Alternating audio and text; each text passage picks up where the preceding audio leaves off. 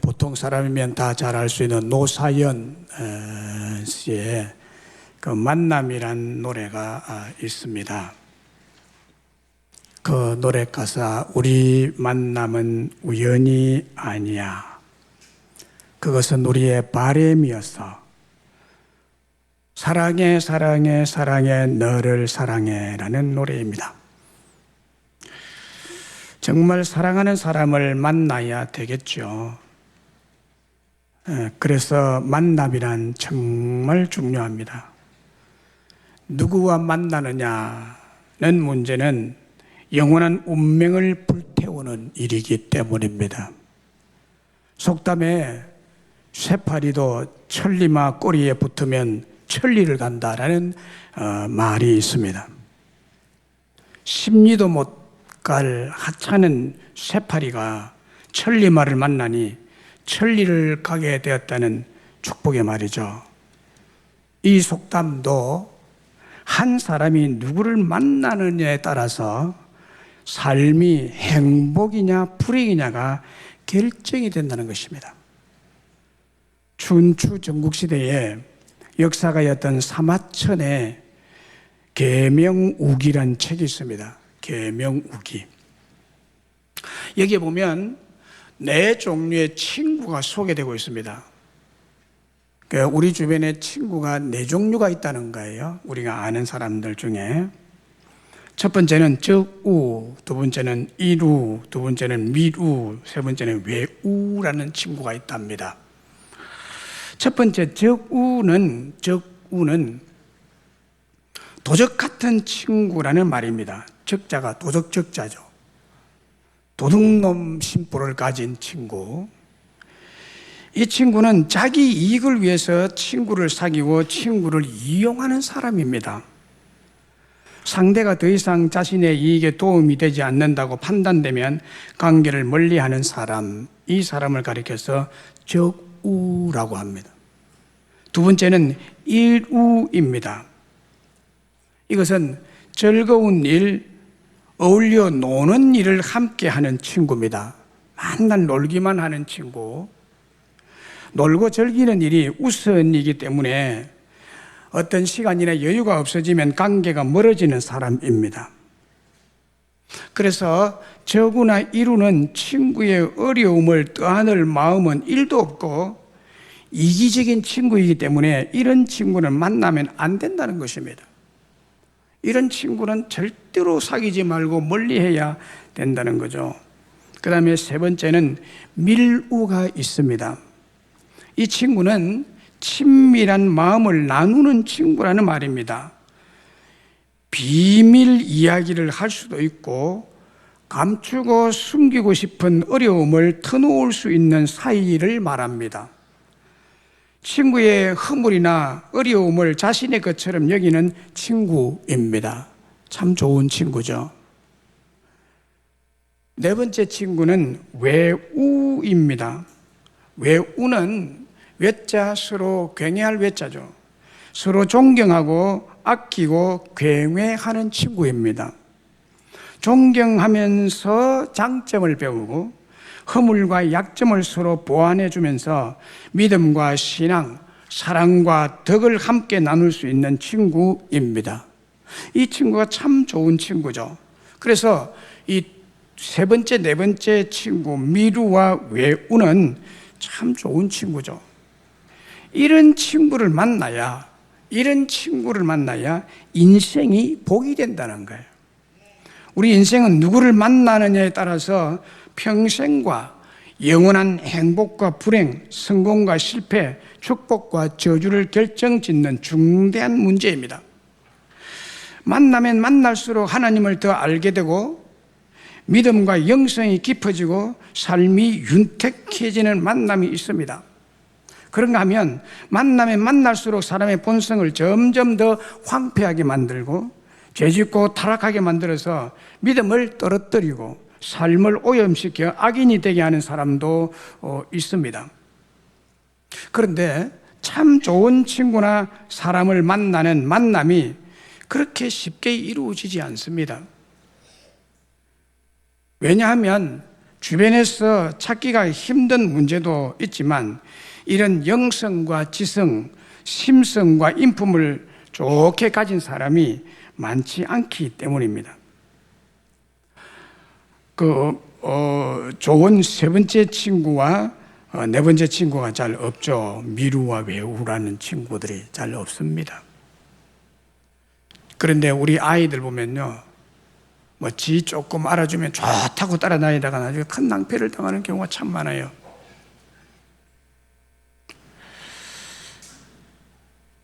사람 잘 만나야 됩니다.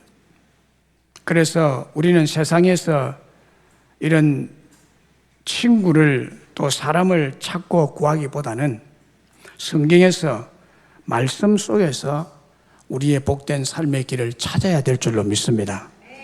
오늘 본문은 우리에게 최고의 기쁨, 최고의 행복을 주는 최고의 만남을 위해서 여러분을 인도하시는 하나님을 계시해 주는 말씀입니다. 그러면 오늘 본문이 계시하는 하나님의 인도가 무엇일까요? 하나님은 우리를 기쁨과 행복의 성산인 교회로 인도하십니다. 오늘 본문에 내가 곧 그들을 나의 성산으로 인도하겠다. 하나님이 우리를 성산으로 인도하신대요. 여기 내가라는 이 사람은, 이분은 만왕의 왕이신 하나님을 가리키는 말씀입니다. 왕의 하나님, 하나님 왕이시죠.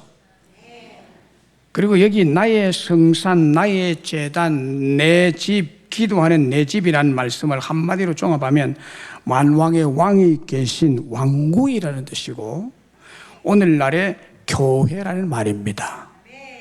그러니까 만왕의 왕이신 하나님이 여러분들 택하셔서 왕의 집인 왕궁, 즉 교회로 여러분들을 인도하셨다는 것입니다. 얼마나 복된 겁니까? 그리고 인도하신 목적이 있는데 하나님께서 여러분들에게 기쁨과 행복을 만나게 해주시기 위해서 여러분들을 인도하셨다고 말씀하고 있습니다. 행복과 기쁨, 그것을 주기 위해서 인도하셨다. 만왕의 왕을 만나서 기쁨과 행복을 받을 수 있는 장소인 하나님의 성산, 하나님의 집인 교회로 여러분들을 인도하셨다는 것입니다. 생각해 보세요. 여러분들은 지금까지, 아니 교회에 오기 이전의 삶은 자신이 행복을 찾아서 이 사람 저 사람을 찾아 만나고 직업을 선택하고 가정을 꾸려 지상천국을 꿈꿨지만은 오히려 지옥 같은 쓴 잔을 마시고 상처투성이, 피투성이, 만신창이 되어서 마지막 남은 지푸라기를 잡고 교회로 오신 것입니다.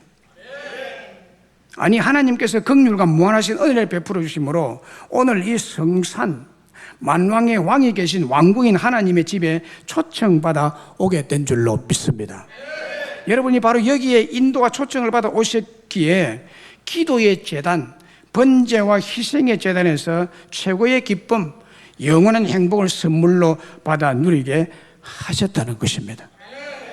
또 오늘 본문에 기쁨이라는 말이 나오는데 이 말의 히브리 원어는 사마흐라는 단어입니다. 사마흐가 기쁨이라는 단어입니다.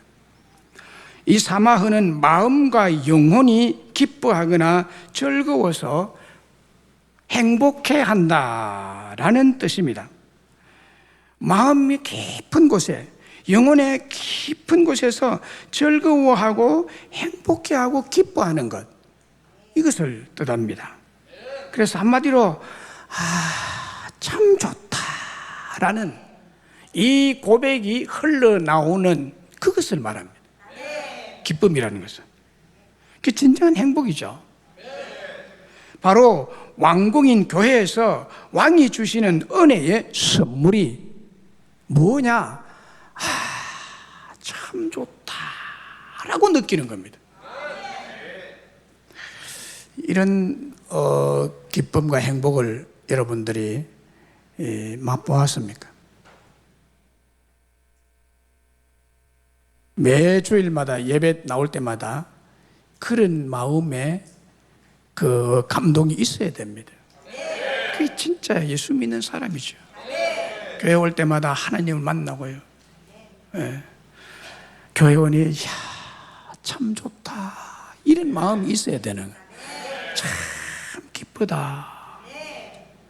교회 오면 신경질나고 교회 오면 이상하게 기분이 안 좋아지고 절로 가야 되는데 내가 왜 교회로 갔나 이런 생각을 하고 있다면 이거 보통 문제가 아니에요. 그런 사람. 여러분, 하나님이 여러분들을 이 시간 부르신 목적은 여러분에게 기쁨을 주고 천국의 행복을 주시기 위해서 여러분을 인도하시고 부르신 하나님이십니다. 그래서 오늘 본문에 내가 곧 그들을 나의 성산으로 인도하여 기도하는 내 집에서 그들을 기쁘게 해주겠다는, 기쁘게 해주겠다. 또 그들의 번제와 희생을 나의 제단에서 기쁘게 그리고 기꺼이 내가 받겠다, 이렇게 말씀하고 있습니다. 이 얼마나 큰 은혜며 큰 축복입니까? 우리나라 사극을 볼 때 감동적인 순간 중에 하나는 왕이 친히 비천한 농부나 어부를 찾아가서 만나는 장면입니다. 참 감동적이죠. 왕이 비천한 농민들을 만나고 어부를 만나는 것, 그리고 왕이 그와 함께 식사하며 교제하는 일입니다. 왕이 평민, 특별히 가난한 자, 마음이 상한 자, 포로된 자, 갇힌 자, 슬픈 자를 만나주시고 함께 해주는 것은 왕이 베풀어주는 가장 큰 은혜요 축복의 상을 받는 것입니다. 그래서 만민이, 수많은 백성이 왕이 거하는 왕궁을 사모하죠. 우리나라 조선시대에는 지금처럼 TV가 있는 것도 아니어서 왕의 얼굴을 볼 수 있다는 것은 엄청난 은혜고 축복된 사건이죠. 평생에 왕의 얼굴을 못 봅니다. 그런데 왕이 친히 평민을 찾아가서 자신의 얼굴을 보여주는 것은 평민이 받을 수 있는 최고의 은혜요, 축복이요, 상인 것입니다. 뿐만 아니라 왕의 인도와 허락으로 왕궁의 초청을 받은 사람에게는 왕을 직접 뵙는 것이죠. 왕이 거하는 처소를 구경하고 왕을 만나는 것은 정말 놀라운 경험입니다. 오늘날도 대통령을 만나고 대통령실을 구경하고 대통령을 직접 만나 사진을 찍는 것이 아주 힘든 일입니다. 어쩌면 기적 같은 일이죠. 가끔 어떤 분은 대통령과 함께 찍은 사진을 눈에 잘 띄는 곳에 집에 세워두거나 걸어 놓습니다. 왜냐하면 그것은 그분의 영광이요 자랑이기 때문입니다. 그런 분에게 대통령을 언제 만나서 사진을 찍었는지 그런 것을 보았다면 반드시 물어줘야 됩니다. 물어보지 않으면 섭섭하게 생각하고 잘못하면 시험까지 떨 수가 있습니다. 나를 어찌 보고 이런. 대통령을 직접 같이 만나서 사진을 찍은 것이 그분에게는 그분의 개인과 그분의 가문의 영광이겠죠. 여러분, 한나라 대통령의 임재 앞에서도 우리가 이렇게 감격하고 영광스럽게 생각하는데, 만왕의 왕이신 그 왕이 계신 하나님의 교회의 인도함을 받아서 기도 시간에, 번제와 희생을 제단에 드리는 예배 시간에 전능하신 왕이신 하나님을 만날 수 있다는 것이 얼마나 큰 영광이며 큰 은혜이며 축복인지 여러분 믿으시기를 바랍니다. 그리고 왕이 주는 기쁨과 행복, 회복과 축복의 상을 받게 되는 줄로 믿습니다. 왜냐하면 기도하는 집, 예배하는 하나님의 집인 교회에는 만왕의 왕이신 하나님께서 임재해 계시고 왕권으로 모든 것을 주실 수 있는 분이시기 때문입니다. 이사야서 61장 1절 2절에 보면 이런 말씀이 있죠. 주 여호와 영이 내게 내리셨으니 이는 여호와께서 내게 기름을 부으사 가난한 자에게 아름다운 소식을 전하게 하려 하심이라. 나를 보내서 마음이 상한 자를 고치며 포로된 자의 자유를, 갇힌 자에게 노임을 선포하며 여호와의 은혜의 해와 우리 하나님의 보복의 날을 선포하여 모든 슬픈 자를 위로하되 라고 했습니다. 여기 보면 여호와께서 내게 기름을 부으사라는 말씀이 나옵니다. 여호와께서 내게 기름을 부으사. 여기에 여호와께서 내게라고 할 때 내게는 예수님을 말합니다. 장차 오실 메시아 예수님을 말씀하는데 예수님에게 하나님 아버지께서 왕으로서 구세주로서 선지자로서 권세를 가진 자라는 증거로 기름을 부어서 왕의 대관식을 하는 것을 말합니다. 이 권세자 왕이 오셔서 불행한 자를 행복하게 해 주시겠다는 약속의 말씀이죠. 여기 말씀대로 우리는 다 가난한 자, 마음이 상한 자, 포로된 자, 갇힌 자, 슬픈 자들이었습니다. 가난한 자는 물질을 잃어버린 자죠. 물질을 많이 벌어들이지 못하는 자죠. 재능이 부족한 자죠. 또 물질을 잃은 것보다 더 힘든 것은 사랑하는 사람을 잃은 아픔입니다. 이런 상실과 이별은 마음에 큰 상처를 주기 때문에 마음이 상하고 아픕니다.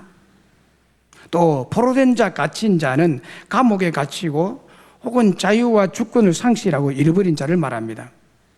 그리고 슬픈 자가 나오는데 이 슬픈 자들은 행복을 잃고 밤낮 눈물을 흘리는 자들이죠. 이런 자들은 한마디로 상실과 이별의 아픔, 슬픈 상처를 가진 자들을 말하고 있습니다. 세상의 사람들이 다 이 중에 하나 아니겠습니까? 그러나 상실과 이별이 끝이라고 생각해서는 절대로 안 됩니다. 왜냐하면 하나님은 언제나 새로운 시작과 만남을 시도하시는 분이십니다.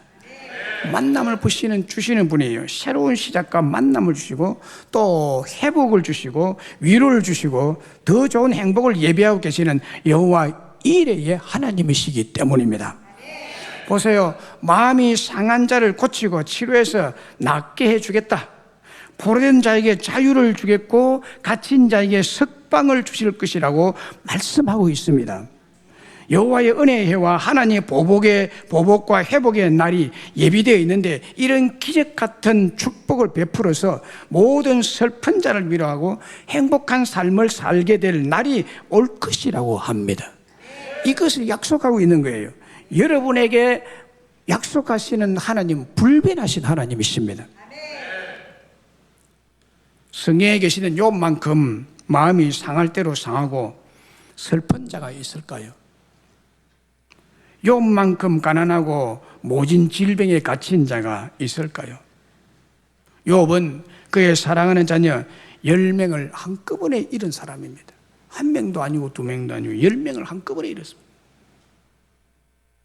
뿐만 아니라 재산을 몽땅 하루아침에 잃어버렸습니다. 그의 건강도 잃어버렸습니다. 가정도 풍비박산이 나버렸습니다. 상실과 이별, 절망 그 자체였던 사람이 욥이었습니다. 그러나 그것이 끝이 아니었습니다. 나중에 이전에 사랑했던 보다 더 아름다운 자녀들을 10명을 다시 얻게 됩니다. 나중에 잃었던 재산 더 많은 갑절의 축복을 받게 됩니다. 말씀 그대로 여호와 이레의 축복을 욥은 그대로 받은 사람입니다. 욥은 가난한 자, 마음이 상한 자, 포로된 자, 갇힌 자, 슬픈 자의 그림자요 하나님께서 인도하신 만민이 기도하고 예배하는 교인의 예표요 교인의 대표 단수입니다. 하나님은 그렇게 역사하십니다. 하나님 그렇게 역사해요. 하나님의 절대 섭리에 따라서 이루어진 이 욥의 회복과 은혜, 행복과 축복은 오늘날 하나님의 집인 교회를 통해서 여러분에게도 이루어 주실 줄로 믿습니다. 그러므로 가난한 자, 마음이 상한 자, 포로된 자, 갇힌 자, 슬픈 자가 되므로 소망이 없고 끝났다고 너무 쉽게 스스로 여러분들이 결론을 내리서는 절대로 안 됩니다. 왜냐하면 많은 상실을 통해서 하나님은 우리를 축복의 성산인 교회로 인도하시고 이 교회를 통해서 더 좋은 기쁨과 행복을 주시기 위해서 여러분의 더러워진 그릇을 비우고 닦고 계시는 중이십니다. 하나님의 관점에서 볼 때 우리가 소유한 세상 것들 중에 버려야 할 더럽고 추한 쓰레기 같은 것들이 있다는 것입니다. 그래서 가난하게 안 하면 이가 안 버린다는 거.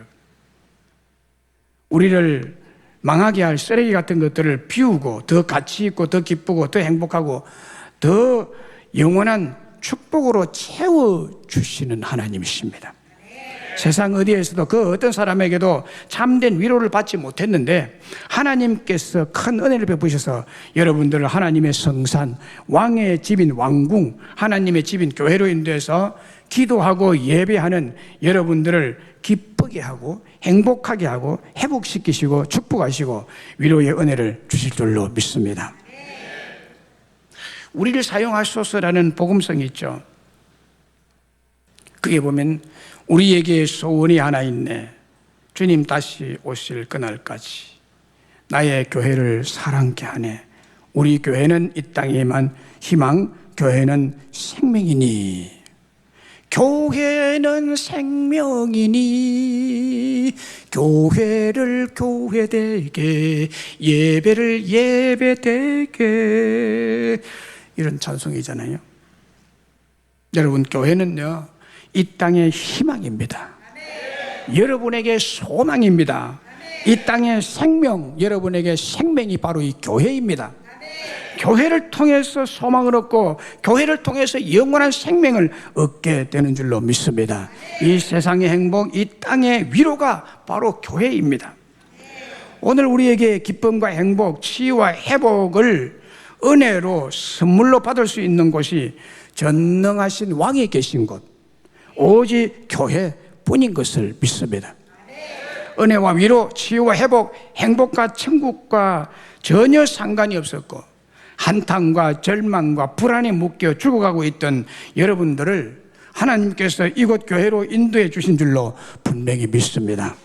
그래서 여러분이 이 교회를 만난 것은 여러분 생애의 최고의 은혜입니다. 최고 큰 축복입니다. 교회가 여러분의 희망이고 교회가 여러분의 생명이기 때문에 그렇습니다. 여러분의 인생에 있어서 홍해가 갈라지듯이 여리고 성이 무너지듯이 전무후무한 기적을 이 교회에서 맛본 자들이고 또 앞으로 맛볼 주인공들임을 믿습니다. 세계 제1의 부자였던 록펠러가 있습니다.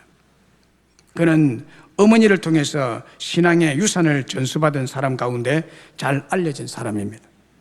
어느 날 신문기자가 이렇게 질문했습니다.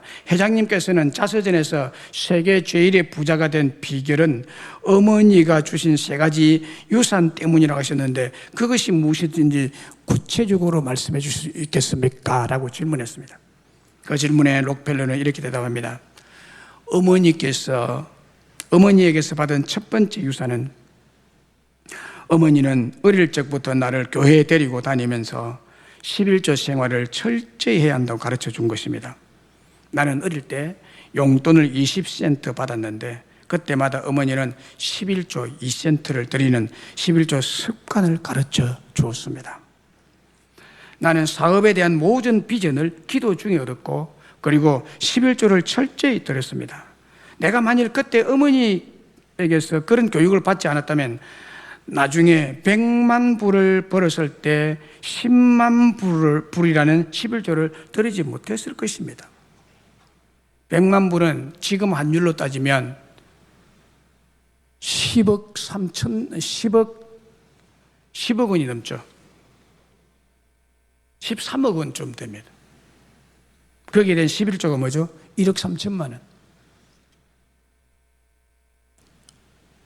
이 11조를 계속 드렸다는 거예요. 록펠러는 11조를 1억 3천에서 1억 5천만 원. 두 번째 유산은 교회에 빠지지 말고 교회에 가면 제일 앞자리에 앉아 예배를 드리라. 이것을 내게 유산으로 남겨주었습니다. 그래서 지금도 나는 제일 앞자리에 앉고 예배 드립니다 라고 말합니다. 어머니는 내가 어릴 때 나를 데리고 예배 40분 전에 교회에 나와서 맨 앞자리에 앉아 예배를 드렸습니다. 어머니는 그래야만 목사님의 설교 말씀에 더 많은 은혜를 받을 수 있고 또 교회 맨 앞자리는 가장 큰 축복의 자리라고 강조하셨습니다. 세 번째 유산은 교회 일에 순종하고 목사님의 마음을 아프게 하지 말라는 어머니의 가르침이었습니다. 그래서 나는 조금 마음이 안 드는 일이 있어도 늘 목사님의 말씀을 순종하여 따랐고 무슨 일이든지 교회에서 정한 것에 대해서는 불평하지 않고 항상 순종하는 원칙을 지켜왔습니다. 이 세 가지가 어머니께서 나를 세계 제1의 부자가 되게 한 신앙 유산입니다라고 고백했습니다. 록펠러가 받은 신앙 유산 세 가지 핵심은 오직 교회에 있다는 것입니다. 교회에 있다는 것입니다. 11절 어디에 냅니까? 여러분, 불신자는 11조 안 내는 줄 아세요? 불신자는 교회에 와서 11조 안 내고 술집에 더러운 곳에 가 11조 다 내버립니다. 10에 3조까지 냅니다.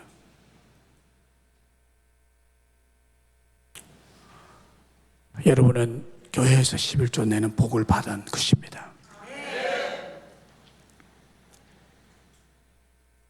여러분에게 이런 놀라운 그 신앙의 유산이 누구로부터 어디에서 받았습니까? 록펠러는 교회를 통해서, 오직 교회를 통해서 받은 하나님의 큰 은혜와 축복을 받은 성공자, 행복한 자가 된 자입니다. 그러면 행복의 성산인 교회에서 우리가 해야 할 일이 뭡니까? 저는 하나님의 집인 교회에서 예배와 기도를 쉬지 말아야 합니다. 예배와 기도를 쉬지 말아야 됩니다.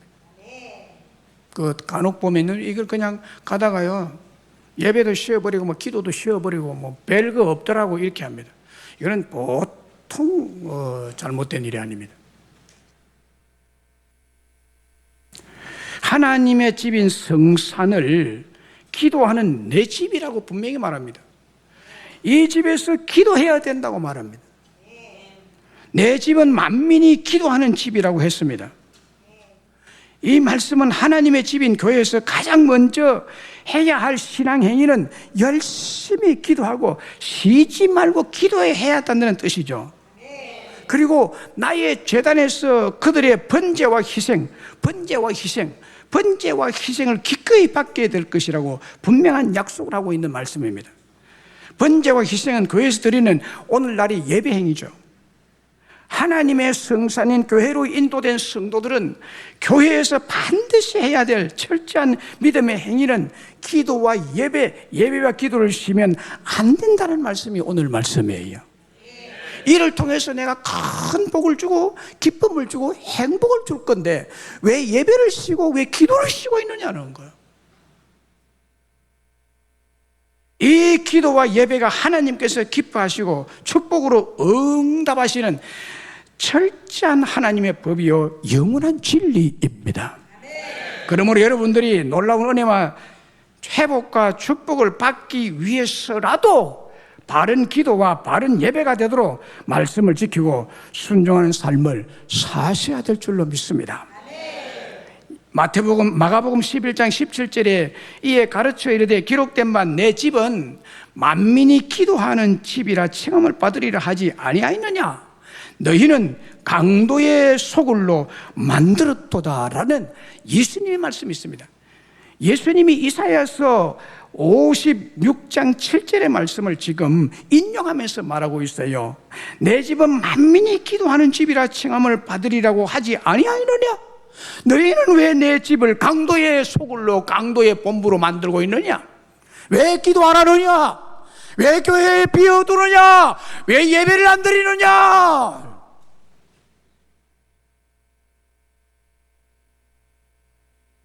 예수님 당시 바리새인들이 바로 그랬습니다.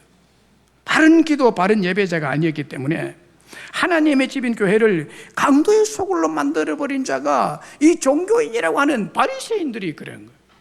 최고로 하나님을 잘 믿는다고 자부하는 바리새인들을 향하여 예수님이 책망한 말씀에 너희들이 하나님의 교회를 강도의 소굴로 만들어버리는 장본인들이 아니냐, 강도의 아지트로 만들었다는 강력하게 책망하는 말씀이에요. 오늘 우리 이 책망 앞에 겸손히 받아들여야 될 줄로 믿습니다. 하나님의 집을 교회 예배의 집으로, 기도의 집으로, 기도 응답이 있는 기쁨이 충만하고 행복이 충만한 교회로 만들어야 될 줄로 믿습니다. 하나님의 집이라고 그러잖아요. 오늘 또 여러분들이 교회를 업신여기고 무시하고 바른 믿음으로 바른 기도와 바른 예배자가 아니면 왕궁인 하나님의 교회를 어지럽히고 악한 강도일 뿐만 아니라 교회를 짓밟는 강도의 소굴을 만들 가능성이 크다고 경고하고 있는 거예요. 교회에 대한 바른 신앙 행위는 열심히, 그리고 쉬지 말고 기도해야 하고, 가인의 예배가 아니라 하나님께서 기뻐 받으시는 아벨의 예배가 되도록 예배를 드려야 되고 그런 기도를 해야 될 줄로 믿습니다. 시편 84편 4절로 5절에 보면 주의 집에 사는 자들은 복이 있나니, 주의 집에 사는 자들은 복이 있나니 그들이 항상 주를 찬송하리이다. 셀라. 주께 힘을 얻고 그 마음에 시온의 때로가 있는 자는 복이 있나이다. 8절에 가서 보면 만군의 하나님 여호와여 내 기도를 들으소서, 야곱의 하나님이여 귀를 기울이소서. 셀라. 주의 집인 교회에서 사는 자들이라고 했는데 주의 집에 사는 삶은 살 수 있습니까? 주의 집에 사는 자들 복이 있다고 했는데 이것은 예배와 기도의 집인 교회에 살듯이 날마다 열심히 나와서 항상 기도하고 예배하면서 기도하는 그 성도가 복을 받을 것이라는 축복의 약속이죠. 네. 내 행편에 지금 내가 기도한다고 무슨 복을 받을 거냐, 하나님이 내게 줄 복이 뭐 있겠느냐, 이런 얄팍한 인간적인 생각, 이 불신앙적인 생각을 가지고 기도해도 소용이 없더라, 이런 생각을 하고 있는 사람들이 있거든요. 이거는 하나님 만홀히 여기는 것입니다. 하나님은 여러분 홍해의 길을 여시는 분이세요. 그 바다의 길이 어디 나겠느냐, 사람이 생각할 때는요. 그럼 하나님은 상상을 초월하는 홍해의 길을 여시는 분 아니십니까? 하나님은 교회를 통해서 시온의 대로, 곧 은혜와 축복의 대로를 내시는 분이십니다. 번제와 희생의 예배, 감격의 찬송, 간절한 기도를 받으시고 응답의 복을 내리시는 분이 하나님이십니다. 그렇기 때문에 여러분들은 교회를 열심히 출입하시고 교회를 사는 것처럼, 교회에 사는 사람처럼 그렇게 출입을 하셔야 돼요. 여러분 가족 중에 저 사람은 막 교회에 그냥 산다, 이런 말을 들어야 되는 거예요. 그리고 예배를 지극정성으로 드리시고 기도를 쉬지 마시기를 간절히 바랍니다. 특별히 새벽 예배와 기도에 열심을 내시고, 이 여름에 몸이 나른해진다고 해서 신앙도 나른해지면 안 됩니다. 그러면 반드시 병이 납니다. 더 열심을 내시고, 오히려 여름에는 새벽에 참 기도하기 좋잖아요. 새벽에 속히 일어나고 기도하셔야죠. 기도할 게 얼마나 많습니까, 여러분? 기도 안 해도 살 수 있습니까? 주의 집에 사는 것처럼 새벽, 낮에, 저녁에 할 것 없이 열심히 교회를 중심해서 여러분들이 신앙생활 하시기를 바랍니다. 그러면 왕궁 같은 교회에서 여러분들에게 왕이신 하나님이 놀라운 회복과 치유, 놀라운 은혜와 축복, 놀라운 기쁨과 행복을 여러분들에게 주실 줄로 믿습니다. 말씀을 맺습니다. 오늘 본문이 계시하는 하나님의 인도가 무엇이로 갑니까? 하나님은 우리를 기쁨과 행복의 성산인 교회로 인도하신다고 그랬습니다. 그리고 기쁨과 행복의 성산인 교회를 만난 것이 여러분들의 생애에서 최고의 만남이고 최고의 축복을 받은 것이라고 말씀드렸습니다. 교회는 이 땅의 희망입니다. 이 땅의 생명입니다. 이 세상의 행복이요, 이 땅의 위로입니다.